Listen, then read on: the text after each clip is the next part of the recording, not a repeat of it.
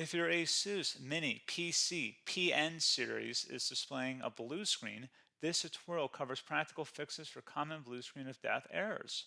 Follow along to troubleshoot Windows crashes and restore normal operation. So while you're performing updates, you're getting an IRQR not less or equal message, K-mode exception not handled, kernel data in-page error. A lot of errors pertain to this problem, and we're going to go ahead and jump into what should hopefully be a pretty straightforward process, guys. And we're going to go ahead and jump right into it. So first thing I'd recommend doing would be to actually go ahead and boot to the troubleshooting utility on Windows 11. So if you do a hard power off 3 times in a row, Windows should automatically attempt to launch the starter prepare utility. And if it doesn't find anything, it will give you the option to select advanced settings, in which case it will take you to a screen that looks like this. Now, if it does not take you to a screen that looks like this or you're unable to get to that, you can also download the Windows 10 Media Creation Utility, or Windows 11. They probably will make a creation utility for Windows 11 at some point. And it doesn't really matter. You can actually run the Windows 10 utility on Windows 11 as far as I'm aware. And you should be able to run the troubleshooting utilities built in within it. So you just would go ahead and download it to an ISO file and then burn it to a DVD or USB. It'd have to be about 4 gigabytes or more. It couldn't be a small USB flash drive, and it couldn't be a CD. It'd have to be a DVD. And then you'd boot your computer from it. So depending on the computer manufacturer, you'd have to tap a different key on your keyboard in order to launch that menu, in order to select what boot drive you want to go off of. So it could be anything between the escape key, F2, F8, F12, for example. And those are the function keys on the top of your keyboard. So you may have to just do a little bit of trial and error. Shouldn't take you more than a couple minutes. Googling it would probably be best before you even begin. But anyway, we're ready to go ahead and jump right into it. So we're on the choose an option page. So these will look very similar whether you're booting from it directly within Windows itself, or if you're plugged in a USB flash drive with the media creation utility installed and you selected the recovery option. So when you are setting up your Windows 11 installation or Windows 10, depending on the drive you're using, there should be an option to repair your computer in the bottom left corner of the dialog window, one of the first screens that comes up. You go ahead and select that, and then it would take you to a troubleshooting screen like you see here. And you want to go ahead and select troubleshoot, reset your PC, or see advanced options. And then there are going to be a whole bunch of options in here that we're going to explore in today's video. The first one, we're going to actually go underneath advanced options and then select startup prepare, fix problems that keep Windows from loading. So go ahead and select that first.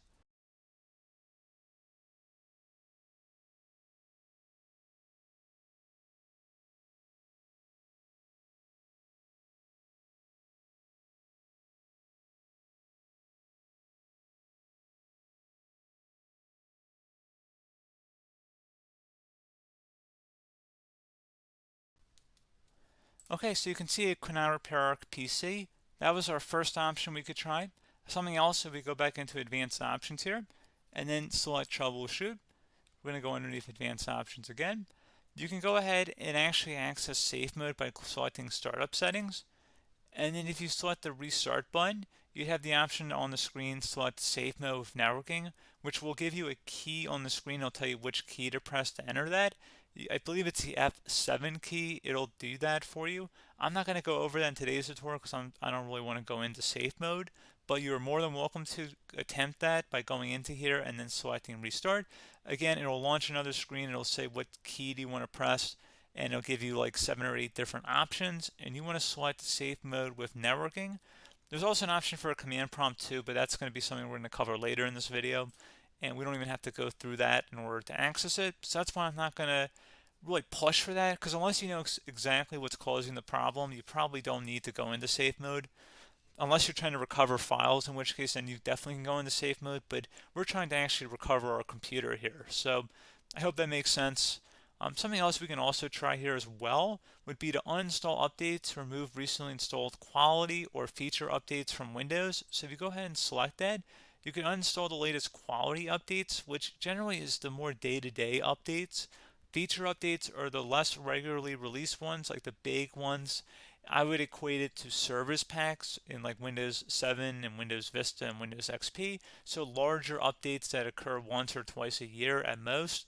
And the quality updates are more just a regular update. So Probably obviously depend, it'll take longer if you're going to try and uninstall the latest feature update versus quality update, and maybe you don't need to go back that far. So just giving you guys a couple pointers with that. Something else you can also look at here, and we're going to jump into the command prompt in a little bit, but you can select system restore, which will use a restore point recorded on your PC to restore Windows. And this is something I would highly recommend here, guys. So select next. Assuming you have a restore point saved on your computer, you go ahead and select the most recently created one, and you'll select next, and then you'll select the drive. You shouldn't actually have to select the drive. You can scan for affected programs, but we're going to keep it all default here, and then we're going to select finish. So once started, system restore cannot be interrupted. Do you want to continue? I think we're going to select yes. I don't think we have anything better to do on our computer right now, so just give it a moment here to initialize. It will take a couple minutes to run, obviously depending on how large your hard drive is and how much is saved on the system restore point. So just give it a couple minutes here.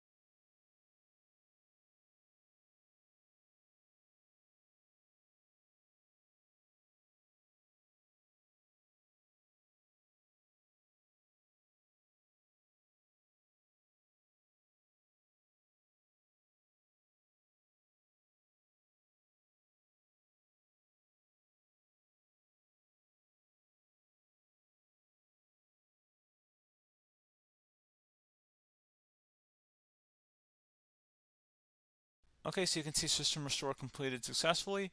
The system has been restored. Your documents have not been affected. Click the restart button to restart your computer. Go ahead and select restart.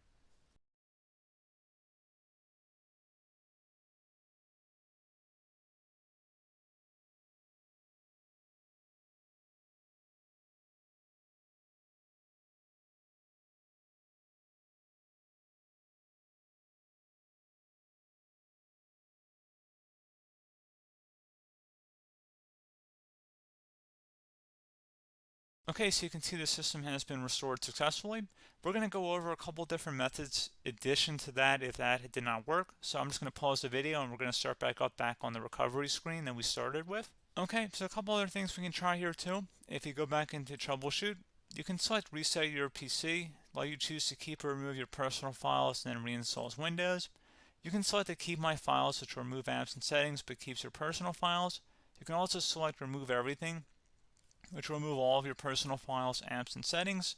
So this is more of a factory reset, the second option here. First option, it should not delete all of your personal files. However, it will pretty much clear most of your programs. And keep in mind, there's no guarantee that your information, number one, is even still available and easily recoverable on your computer to the point that you actually would be able to recover anything. And the second point is that there's always a chance that it won't actually recover and it will just do a factory reset anyway. So there's no guarantee that actually would keep your files anyway. So I would recommend trying to get a recovery tool and backing that up first before selecting it anyway. But again, those are a couple different options. And then something else you can try here if you go back to the choose an option. Another option, if you go underneath choose an option and select troubleshoot, advanced options, and now select where it says command prompt. Okay, so the first thing we should do is type our main hard drive here. In most cases, it should be the C drive. So you just do a C colon and then hit enter on your keyboard.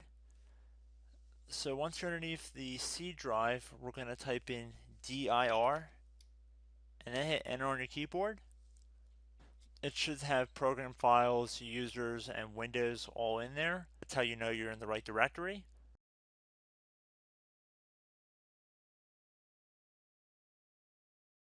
In some cases, it might be the D drive as well, so just keep that in mind.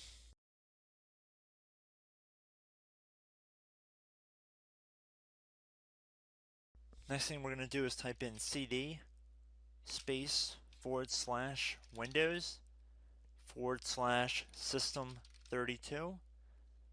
/config, and then you're going to hit enter on your keyboard.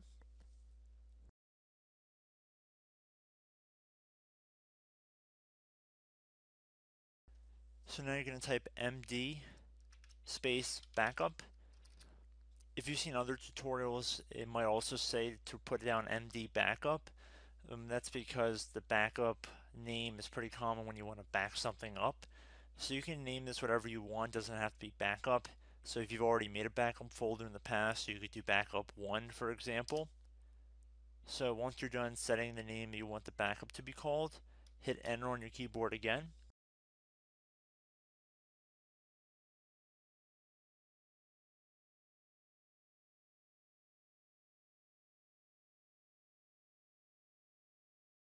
At this point, you want to type copy, C-O-P-Y, space. Then you want to do the star symbol above the 8 key.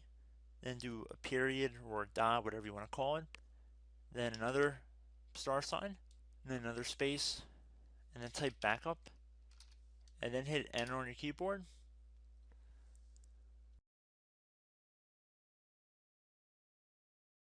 Now you want to type cd reg back, R-E-G-B-A-C-K, and then hit enter on your keyboard. So now that we are under the reg back, so now you want to type dir again, and then hit enter.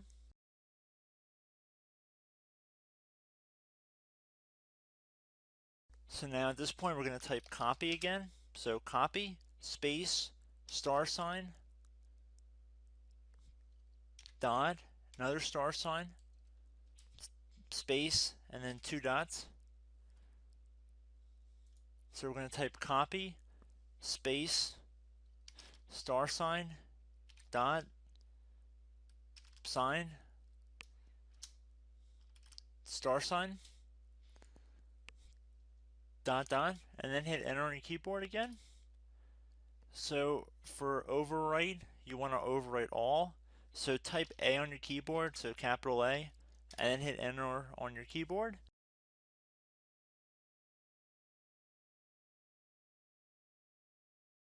So at this point, you should be good to go. You can close out of the command prompt window, and if you accidentally continue to Windows 10, you should be all set. So I hope one of these 3 or 4 different methods we went through in this tutorial helped you guys out. Again, I'm not sure if you guys heard me earlier, but try to go back into your safe mode if possible and uninstall any programs you know might be conflicting with the Windows startup if you can get into safe mode. So just keep that in mind. Something very simple like that could be blocking up everything. So again, I hope this tutorial helped you guys out, and I will catch you in the next tutorial. Goodbye.